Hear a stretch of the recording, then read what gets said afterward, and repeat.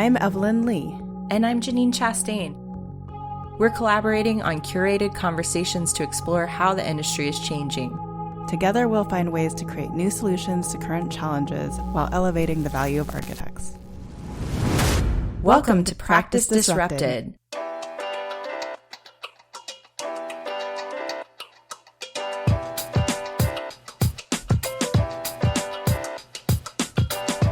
Welcome back to Practice Disrupted. Today we're going to be speaking with Illya Azaroff, founding principal of Plus Lab Architects in New York City, about the purpose-driven practice. And for us, the purpose-driven practice can mean different things to different people based on personal values and where an individual focuses their career.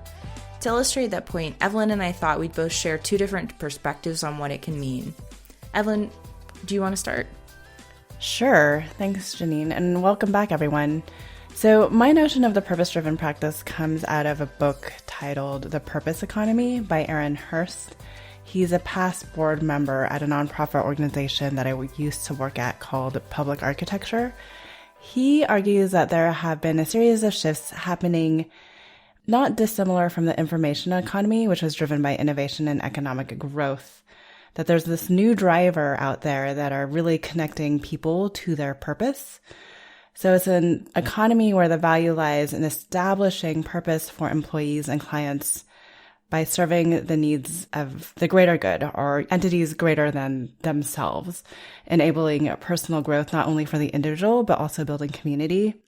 So my version, taking the purpose economy and focusing it on what does it mean to have a purpose-driven practice, I really believe that it attracts individuals not necessarily through award-winning design or purely because of their design. There's definitely purpose-driven practices out there that has award-winning design, but they attract people more importantly through the firm's culture, the type of work they do, and the clients that they're serving. And it should be noted that I think a firm that may fulfill one individual's purpose may not fulfill another's individual's purpose.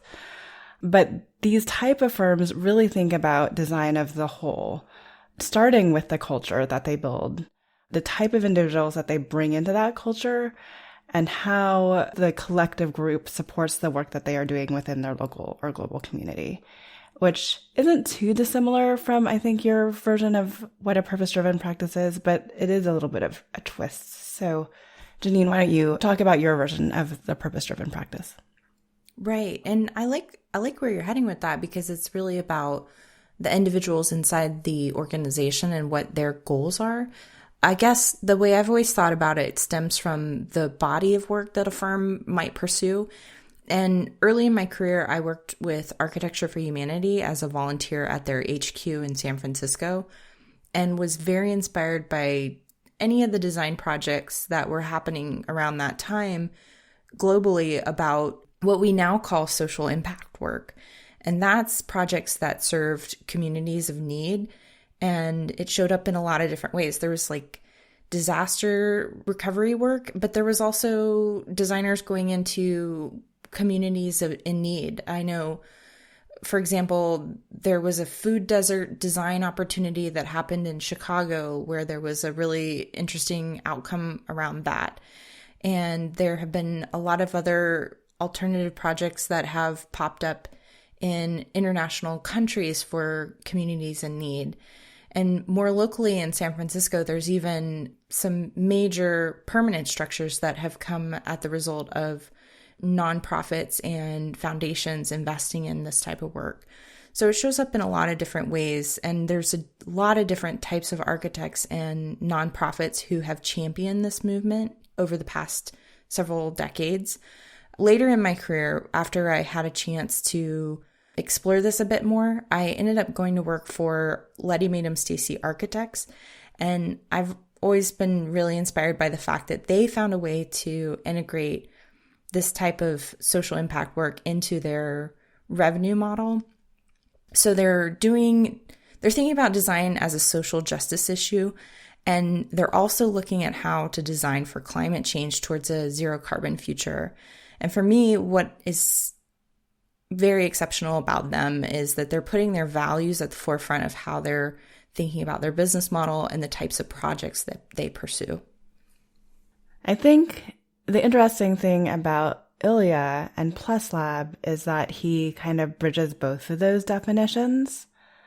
Illya is somebody who is known for his disaster assistance relief work, right? And for building resilient structures, especially in hurricane-prone, designing and building resilient structures in hurricane-prone areas, and delivering it to a client at an affordable price, kind of all of those things.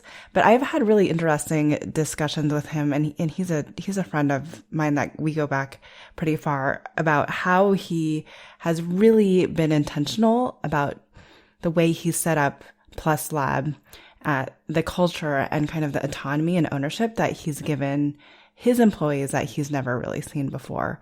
So for me, that was always kind of the more interesting part of Illya, that the public or the general audience that's used to hearing his name and seeing him talk has not really heard about. So I'm happy that this is an opportunity for him to share that side of the story. Me too. So what is the most important thing that you want to get out of this conversation? So for me, I think it's a reassessment, or I hope individuals think about what is their own purpose and what really drives them, and how that aligns either with your firm's culture, and if you're like an individual contributor, or if you're still working your way up the career ladder at the firm, how you can maybe even create opportunities to drive purpose within your organization, or maybe it reaffirms that this, where you are right now, is not necessarily as fulfilling as you need it to be.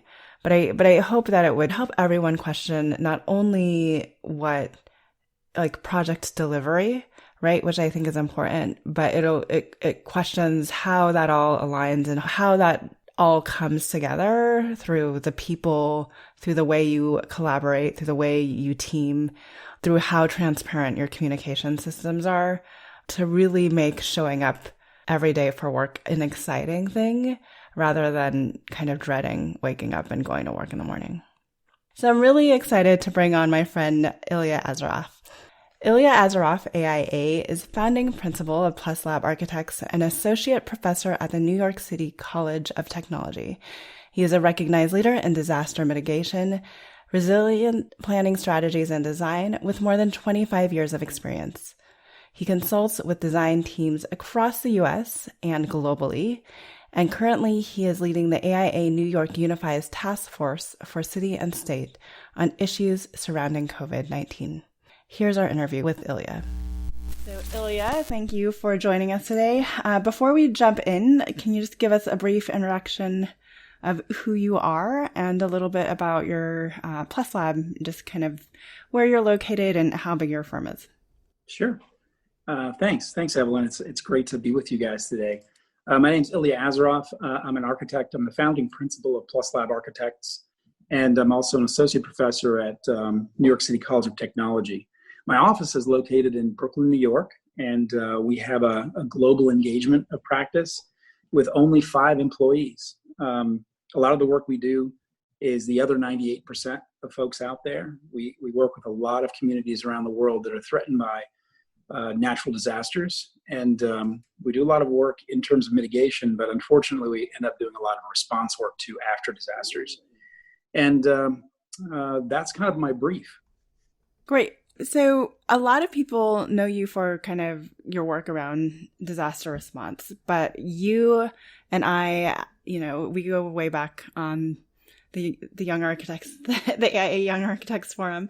And I had a really interesting conversation about how you created your firm and kind of the structure and the hours, and even down to, I'm not going to ask for your billable rate, but down to even how kind of employees get to choose how much money they're taking home at the end of the day, which I think is actually really remarkable and a different way to set up a firm. So talk to us about, as you were thinking about setting up Plus Lab, the intentions that went into creating the business model behind it. Sure. Yeah, happy to. For me, I started to map out my career of studio engagement, whatever that means, in terms of me being part of a studio in a leadership role or starting my own studio. And I mapped out years ago 3 studios that I wanted to run. This happens to be the second studio in that trajectory. The first one was Design Collective, and it was all about collaboration. I had a business partner. We had, I think, up to almost 10 employees, 11 employees. And we sought out to just completely collaborate and jump on with everybody that weren't architects. And we did all this work with visual artists and dance companies and just incredible scientific efforts, you name it, because we thought that if architecture is a reflection of culture, we need to understand what the culture is out there to create good architecture. And I wanted to learn from that experience. And then the second studio, which is Plus Lab, was to be more about fabrication and design build projects. Now that morphed into where I'm at today. And so this office, it's really about sort of serving communities in a bit of a different way. But structurally, what I learned from the collaborative side was you don't have all the answers as the architect.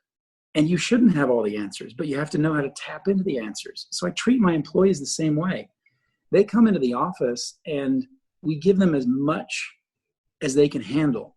Someone coming right out of school, they will be designing projects in my office. But what we want to do is encourage them to say, go as far as you can, and then start asking us questions. And when you don't know the answer to something in front of you, engage others in the office so you have personal growth, but we can also see what your capabilities and capacities are. More often than not, my experience was, and a lot of my colleagues' experience was, you're out of school here, oh, go draft. That's not an experience that has anybody buying into the product of the architecture in the end. So to me, giving everybody that kind of buy into a project, everyone feels authorship. And so what that means in the end is that we'll have young kids out of school just work on projects, and you will see they will feel as though, hey, this is my project, and it is. And we all participate. So that's sort of that genesis of that work. And I can talk about where I'm going to the third studio later on. And I don't know when that's going to happen, but with the employees in the office, you mentioned something about how we look at work-life balance. I was spoiled coming out of school, spoiled in that there was no work in the United States. But I found work in Europe, and working in European firms, the firms I worked with were all about work-life balance.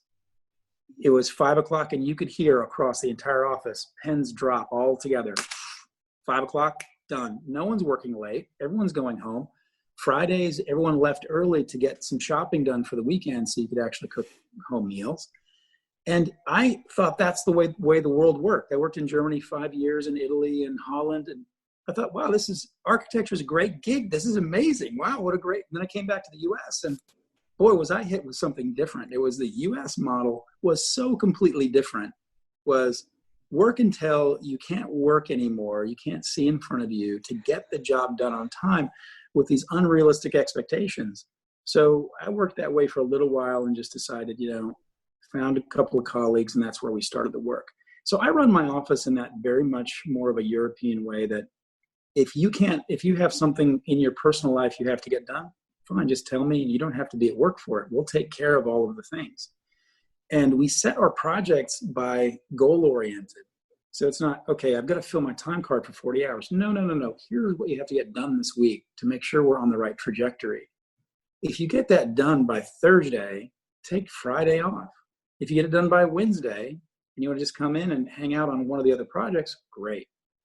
And so what that means is that a lot of employees would wonder, well, does that mean I don't get paid for all those extra hours? No, because we set a budget for the project. We know what we put in for the project.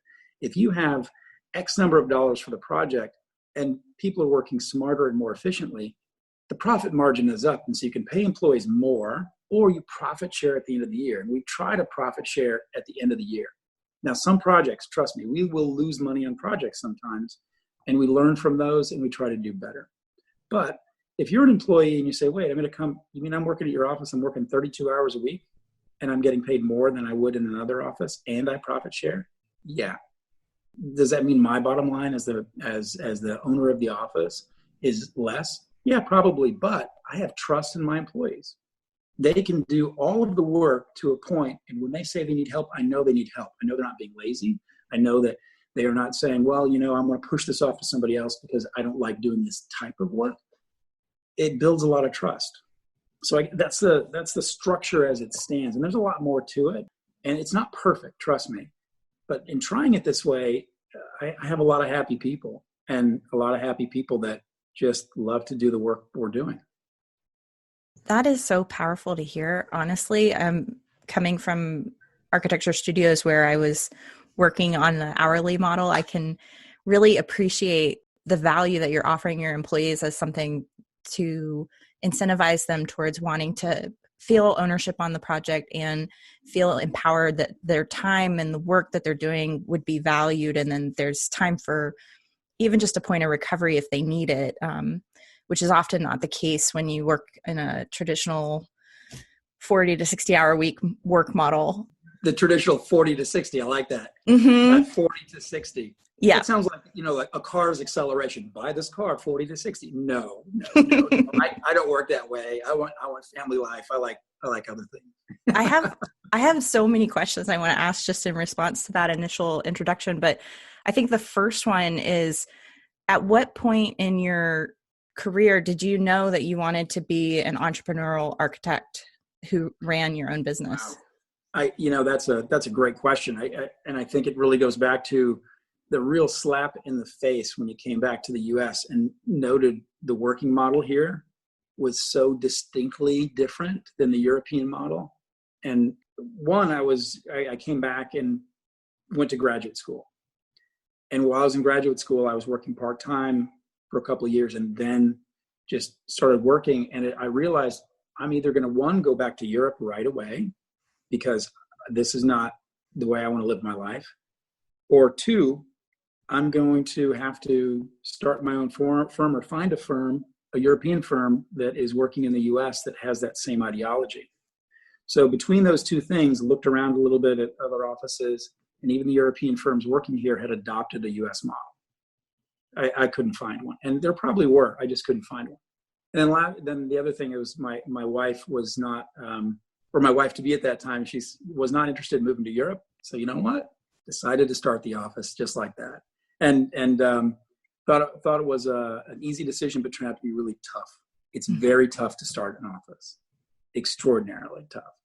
It may be easier today. I don't know. I'm glad I've gone through this, and I don't want to look back at, because if I would have known that what I had to go through that first portion of it, I don't know. I might have just packed up and brought her with me overseas, and that would have been it. No, I know what you're talking about because I'm going through a similar process right now, trying to build my business, and there's a lot of soul searching that happens, and then also a lot of growth that you have to go through just to understand the learning process of stepping into that responsibility.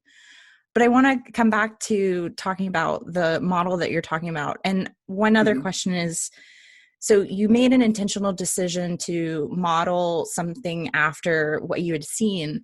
Are there areas in your business where you're taking risk and you may not know that you're creating something new in terms of the model? Because I see a lot of architects kind of hesitate when it comes to experimenting with new ideas. And I think you're lucky because you saw it work in practice. You saw this potential for a model that created a work-life balance that was effective. What advice might you give to someone who's running a business that feels a little bit hesitant to lean into that type of risk? Oh, yeah. So there's a couple of questions there. I'll unpack part of that. One is, so for the European model, the work-life balance was one, but the profit sharing that I described to you, that's wholly my own. And I didn't experience a profit sharing model. I experienced bonuses and great work-life balance, but in Europe, your pay was so much higher than it is in the US. I mean, just incredibly, like 40 to 50% higher than what you were getting paid in the US. And you had 5 weeks paid vacation in your contracts to start with. So I recognize work-life balance is like, this is the life I want to have. And I would assume everybody else wants to have it. And then found a way that I thought was equitable. And so that's the twist that I have on it. The second part was advice for people to lean into it. There's only 2 ways you do things in life: love and fear. if you love architecture, what is your fear about leaning into something different? Because ultimately you're going to keep doing architecture. And if you have a fear of leaning into something that might make it better, then you can't complain about your plot in life and staying in that same lane. You've got to take those two things on and just decide where you want to go in. I don't think that there's any negatives to leaning in to new methodologies and new things if you have your eyes wide open. And I've leaned into some things that have not been wildly successful at all. Some things are like, wow, well, that's too bad, but I don't regret them, not at all. A lot of the work we do, we lean into a lot of work that you don't know if you're going to get pay at the end of the process based on the communities and things we're working with around the world. And so where do you derive your satisfaction? I guess it comes to value, or profit. I think every architect out there defines profit for themselves in a different way. The traditional way of defining profit is dollars and cents, is margins, all of those things. That's great. And I think that's great for the actuarial sciences, all those things, banking and finance. I define profit in a completely different way. If I'm sleeping well at night and I have good work-life balance, my profit is very high. And if I look at the bottom line of the office in a traditional sense, sometimes the office, yeah, great. And sometimes the office, oh my gosh, this was a struggle year. But did I feel physically struggled at the end of the year? No. There has not been a year for many years that I felt that the office is a burden.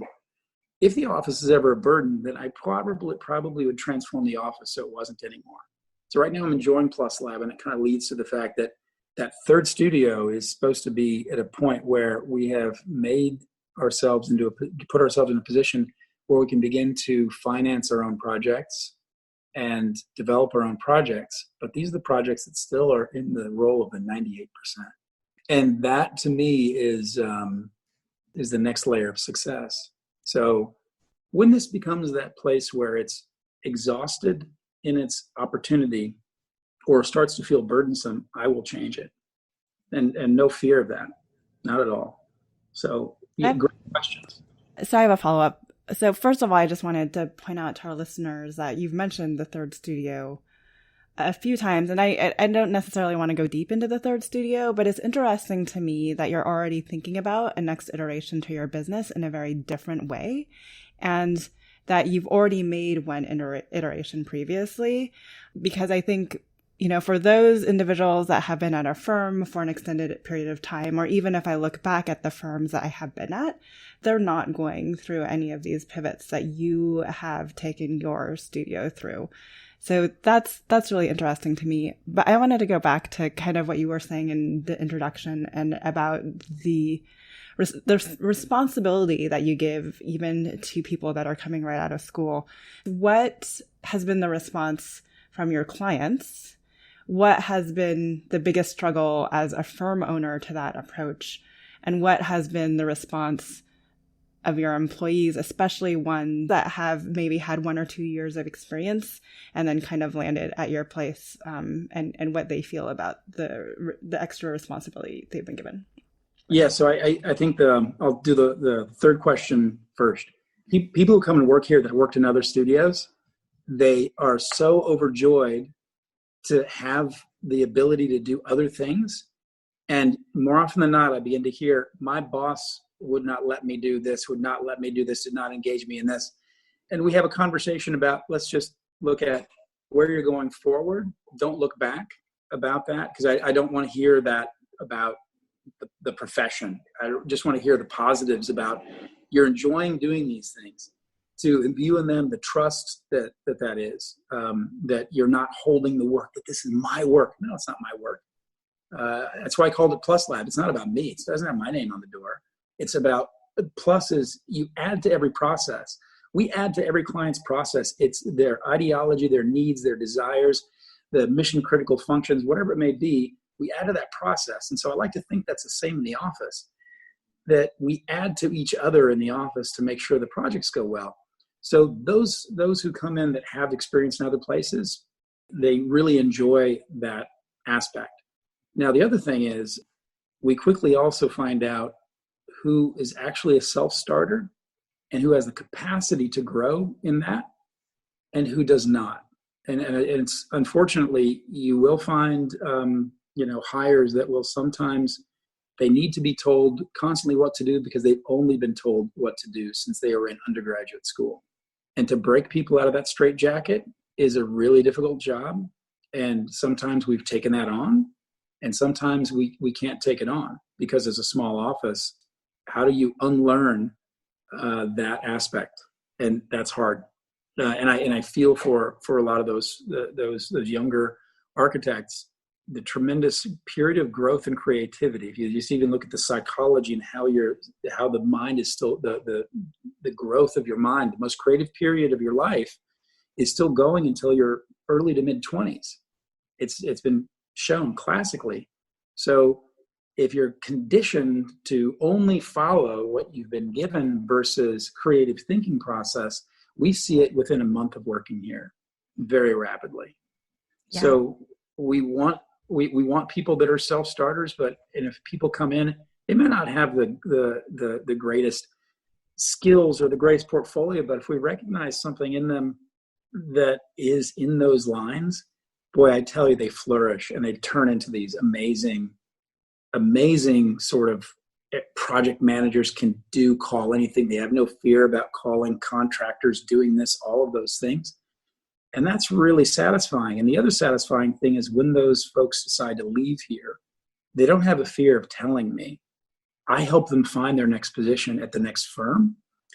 And I have no doubt anyone who has stayed here for a certain period of time can open their own office and run their own projects top to bottom.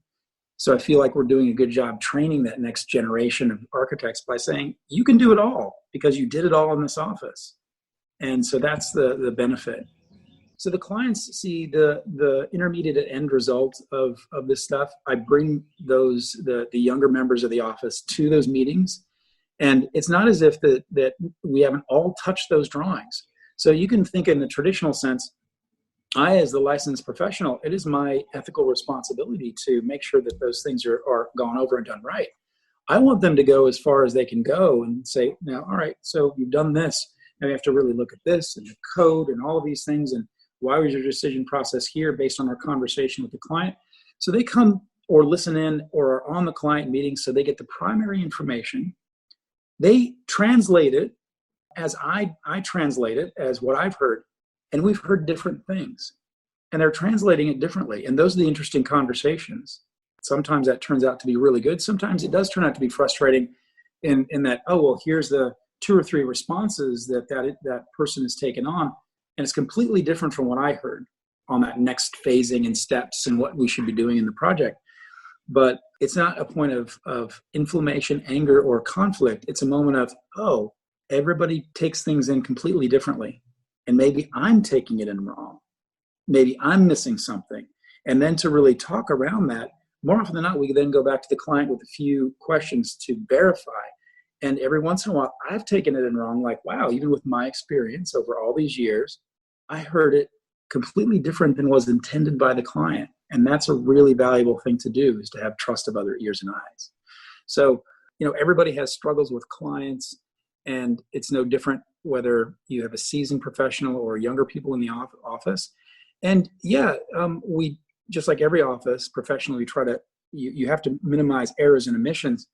And nothing's gone out of the office that hasn't been looked at, but everybody has their troubles. And to say that we haven't had some hiccups and bumps along the way would be completely false.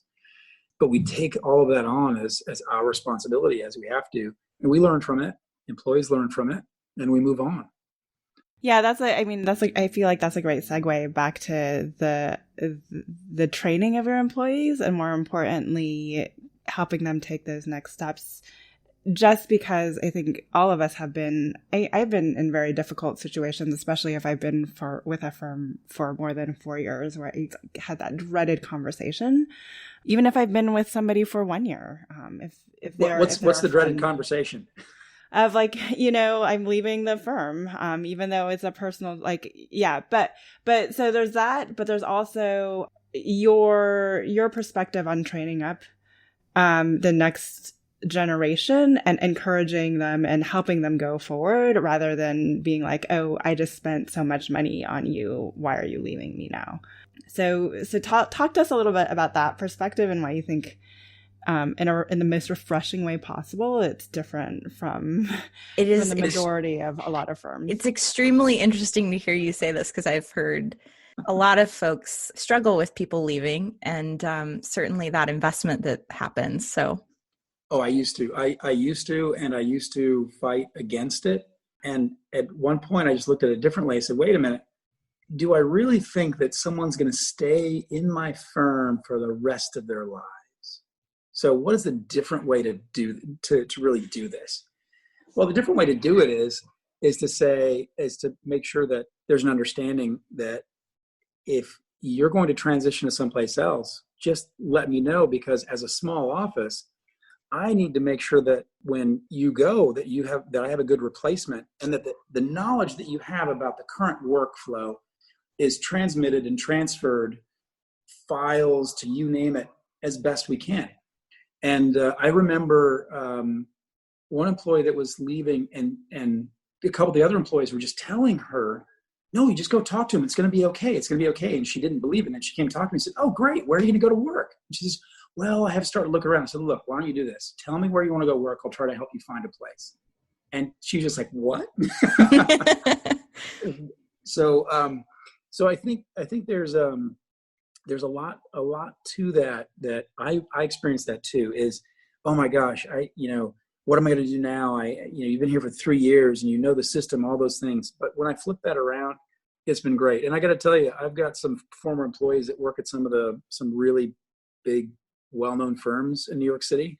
And I got to tell you, there's been a couple of times where we've gotten in the weeds of whatever it is, because maybe an employee's gotten sick. We had some deadlines and we try not to do this in any project, that we have deadlines that do not match the work-life balance. And some of them will drop what they're doing in their work and come and help out. And that's loyalty. It's not often, but it's happened a couple of times that some pretty serious senior people in offices just kind of show up and give a hand. Now that's amazing. That's good. Yeah, there's like a community around the studio environment, even after they leave. Yeah.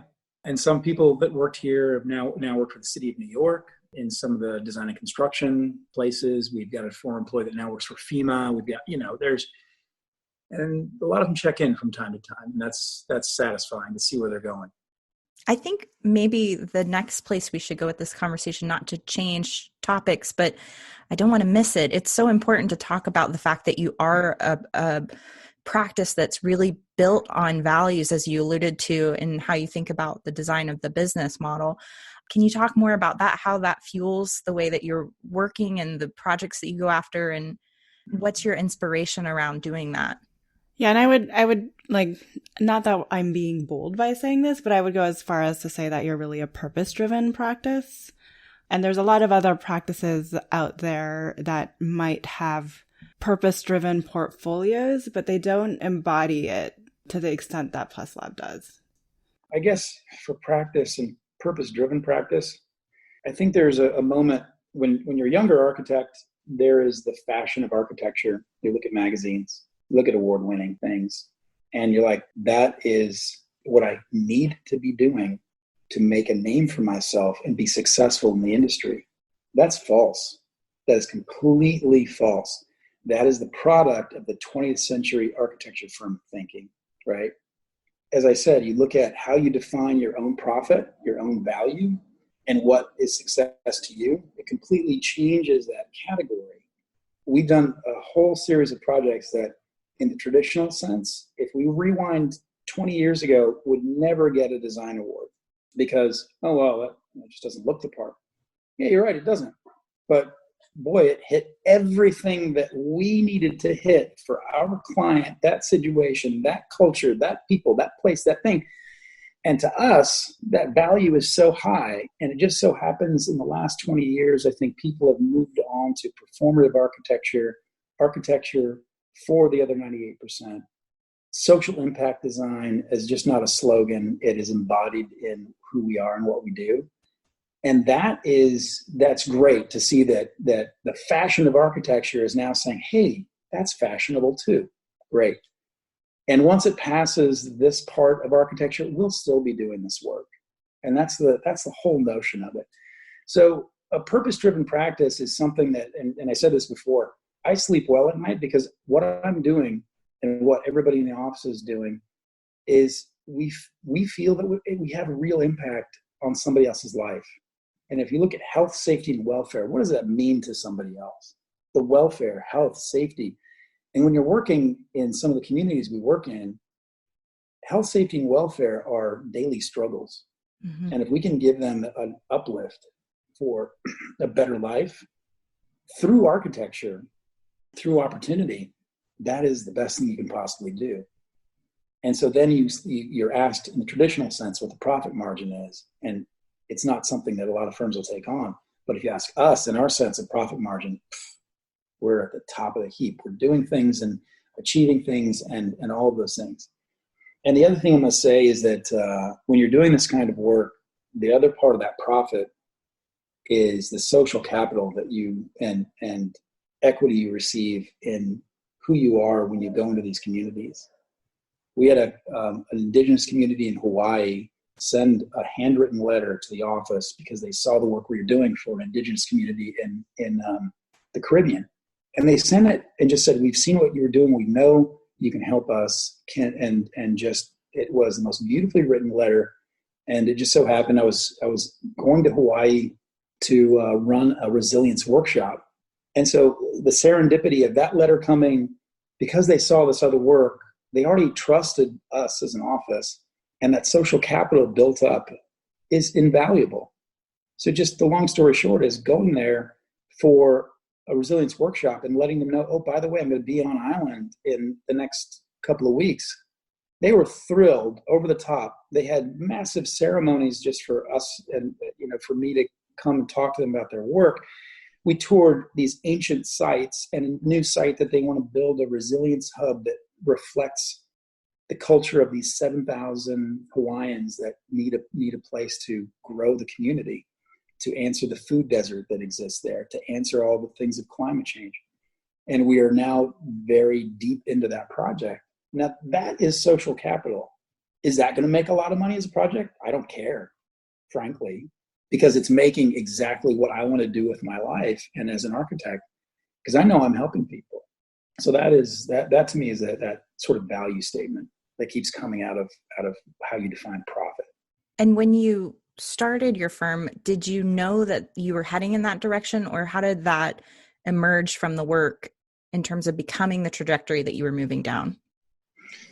Yeah, that's a great question. Since I was a kid, I was always interested in one of those crazy things is when you're in architecture school, can you imagine being a double major? Well, you're looking at a double major for undergraduate school. That is the craziest thing you could possibly do. But I was in geography, environmental studies, because I was so fascinated with environmental concerns. So this is sort of the onset of the environmental movement in the United States with architecture. And I was in school, but there's no environmental design classes. There's no sustainability classes well before that. And so I'm taking these things because I'm growing up in the Midwest, seeing disaster after disaster, flooding, tornadoes, you name it. And my parents, my father, a war refugee, he experienced man-made disasters, hunger as a child, and forced labor camps.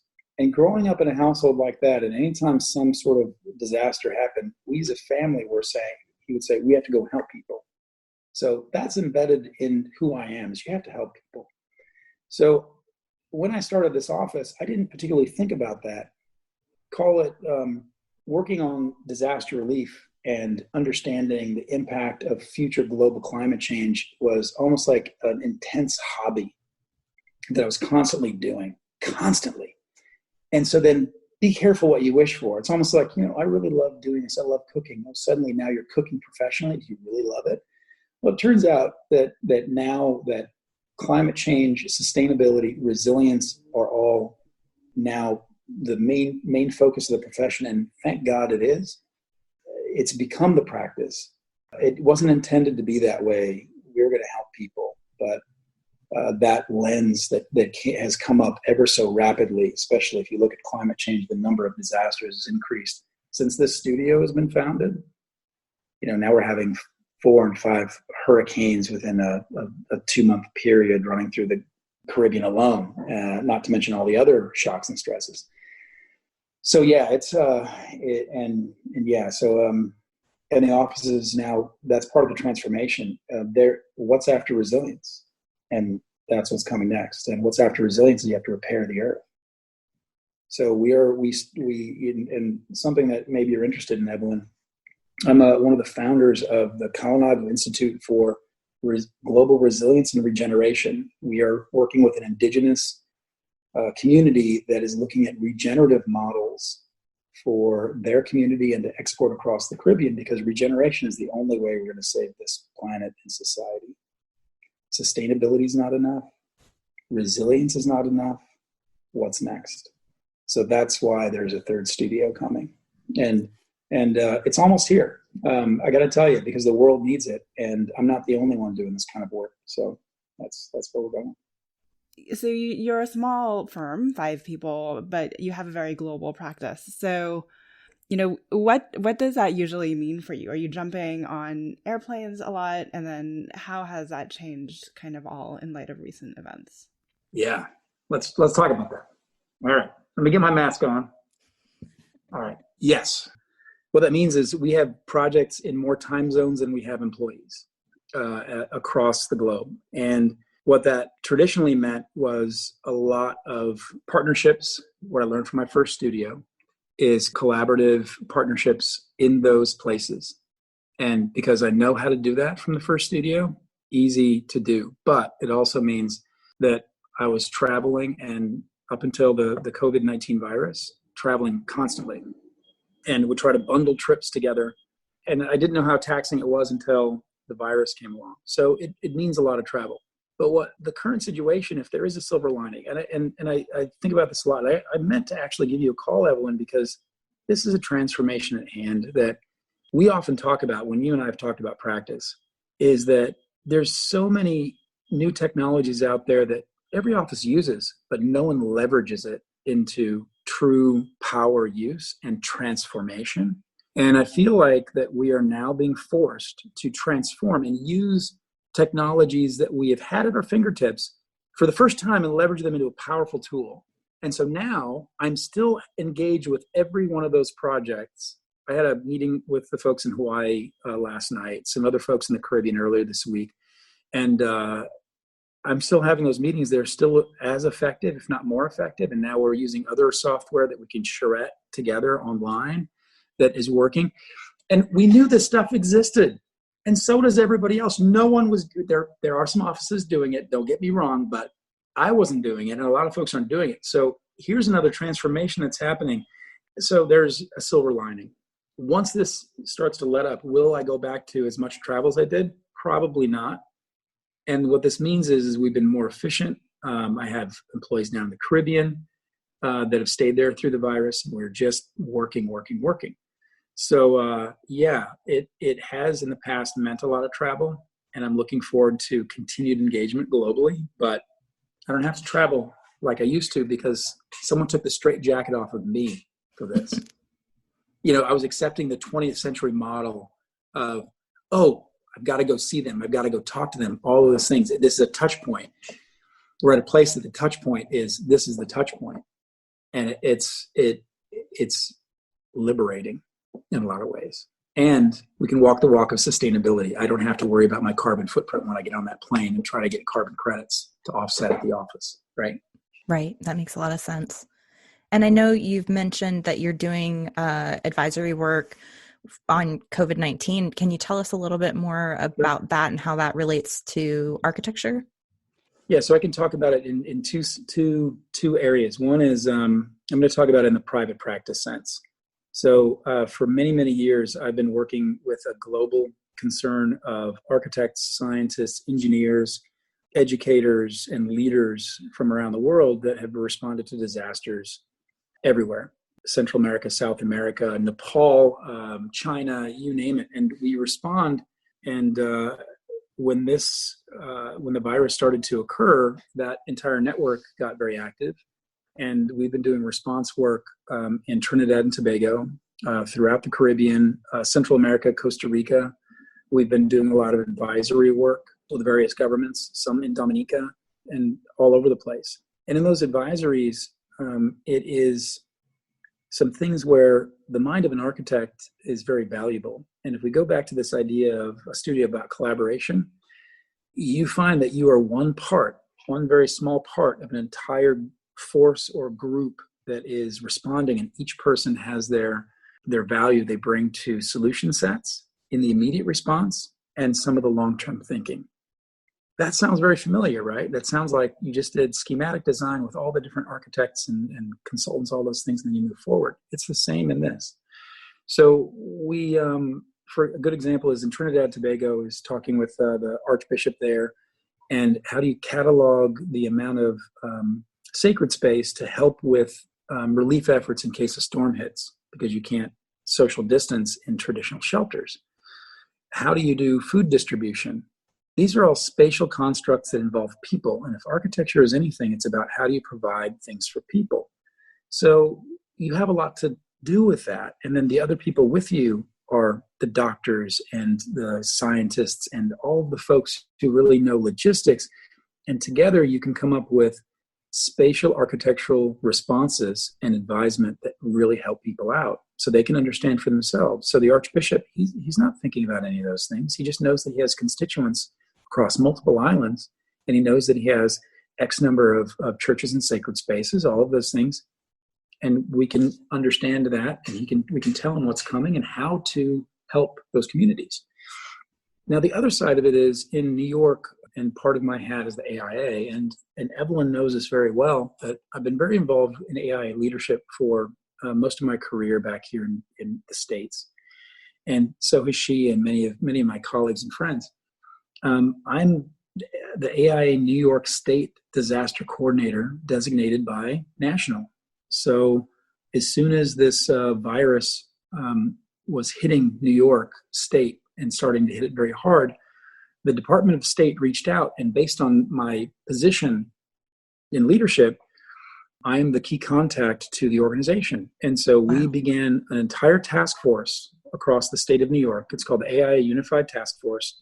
That is the state component and all 13 components, with the largest component, AIA New York chapter, helping in a great deal of leadership. And with members all across the state, we have formed task groups that have worked on immediate needs, coordinating PPE, printing, advisory work, putting together lists of volunteers, healthcare architect lists to supply to the Department of Health, you name it. And now we've transitioned to long-term, whereas we're talking with the Department of City Planning, EDC is, the EDC in New York City, Mayor's Office of Resilience, looking at how do we work with extreme heat and relief centers with our own populations, just like I was doing professionally down in Trinidad and Tobago.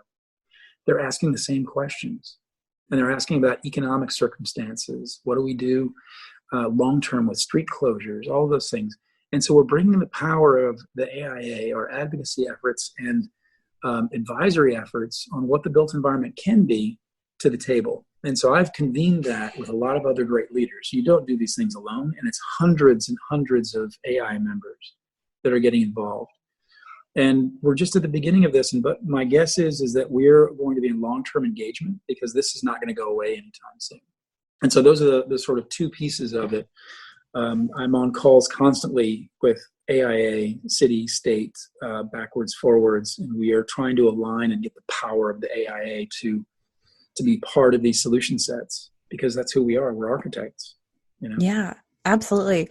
It's amazing because I'm hearing so many really great things in this. And one is just the power of taking your education and your training and finding problems to solve. Yeah. Second being doing work that is meaningful to you and not being afraid to step into that work because there is work to do. And just ultimately creating value through that work for the people that you're trying to serve in whatever capacity it is.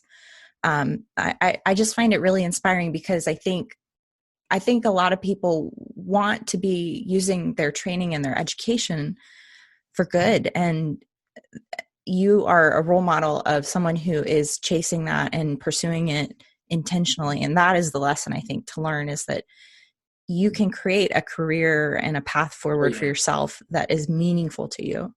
Yeah, you can. And I got to tell you, there's more work. And I've a lot of the lectures or presentations that anybody out there has seen.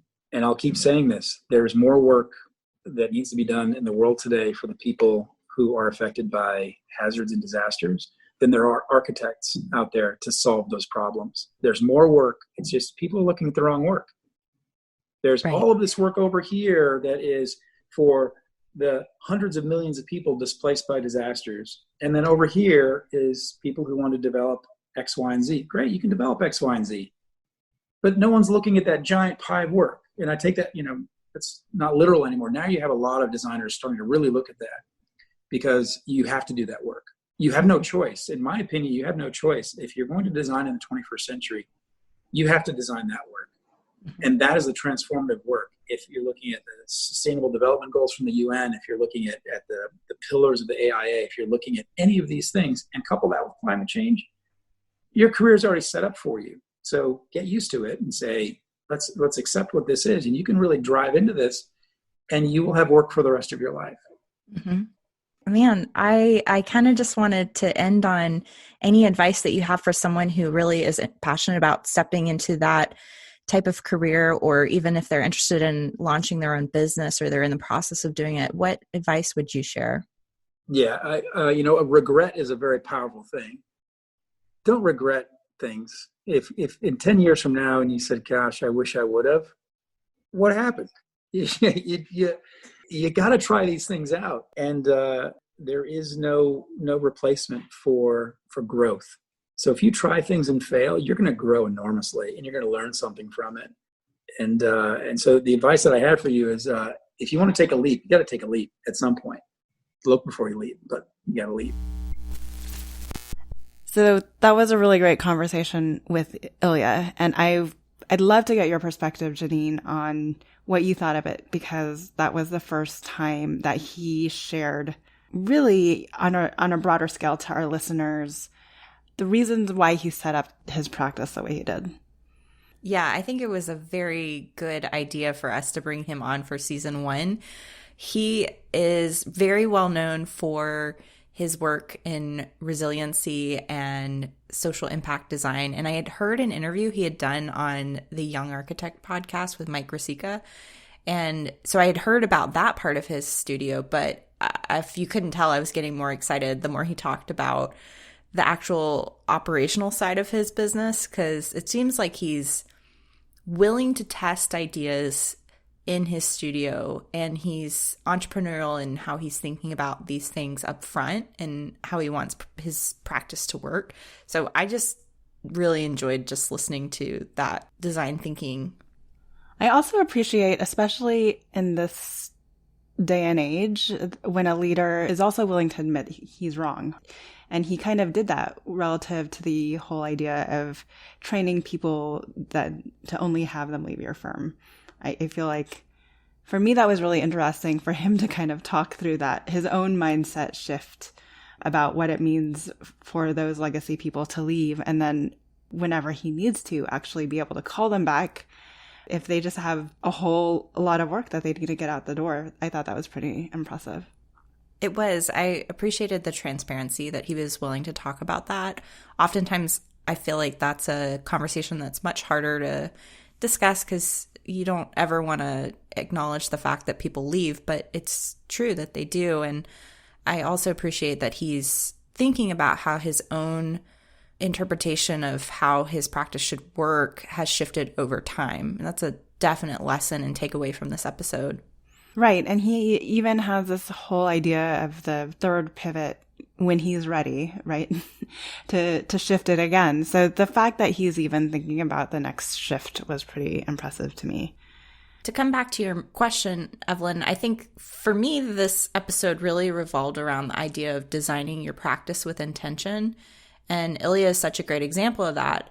He has been thinking about the way his business model works. And I think that he showed us that he is designing that with as much care as he's thinking about his projects. And the lesson here is just to be intentional about the things that are happening inside the firm and not only focusing on the things that you're trying to solve externally, such as projects or issues with your clients. Your firm itself is a design problem, and you can solve different problems within the operational structure. Right. No, absolutely. And I think that plays out in many different ways, right? So especially in today's day and age, when people are talking about being more agile or being more adaptable to change and being able to pivot, he talked about, mistakes happen and that's okay. And he realizes that they are also going to happen given the fact that he's giving his employees so much responsibility up front. But as a firm owner, his responsibility then is to make that a learning and a teachable moment for those individuals to help them move forward. But I think a lot could be said about the trust and freedom that accelerates personal growth in his firm setting, especially for his younger staff. That's true. And I think it's worth stating that trust is a transaction that you're creating with your employees. And it's a very valuable thing to invest in, building trust between the employer and the employee, because it has a very clear return on investment for the firm. Yeah. And proof positive back to this whole purpose-driven practice that it can also be a profitable model. So here is this firm owner of a small firm, by all means, with 5 people, with a global practice, working with indigenous cultures, making kind of the best of unfortunate circumstances for communities and scaffolding them back up, and doing it while living and having a very fulfilling life.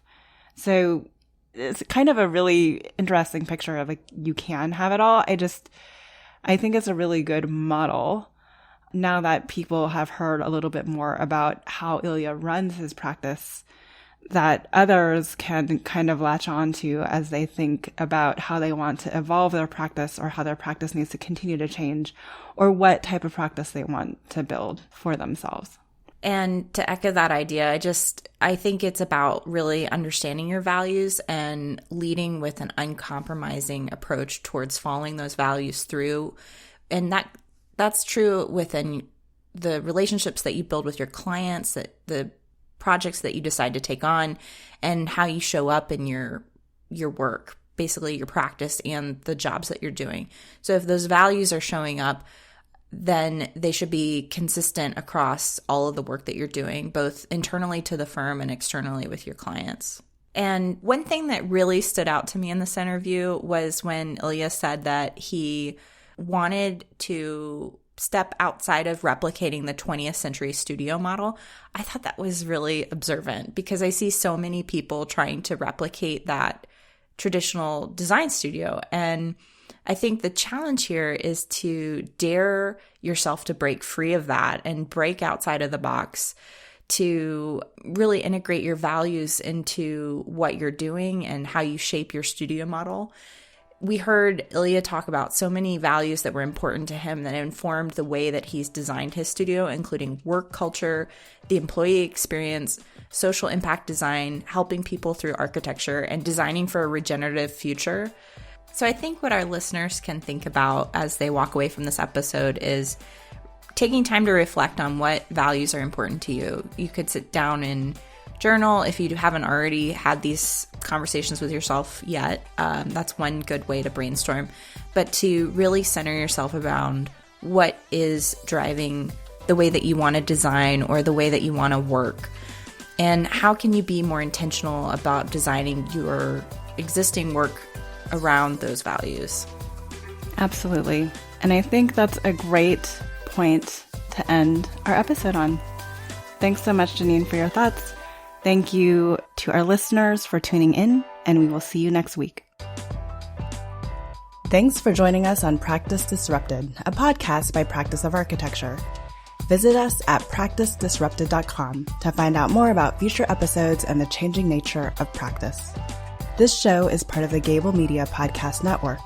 You can learn more about other podcasts in our community by visiting gablmedia.com. If you enjoyed the show and want to hear more content like this, you can help us by leaving a rating, review, and subscribing on your favorite podcast app. Don't forget to share with your friends, and feel free to let us know what other topics or speakers you're interested in hearing about. Thanks for listening, and see you next week.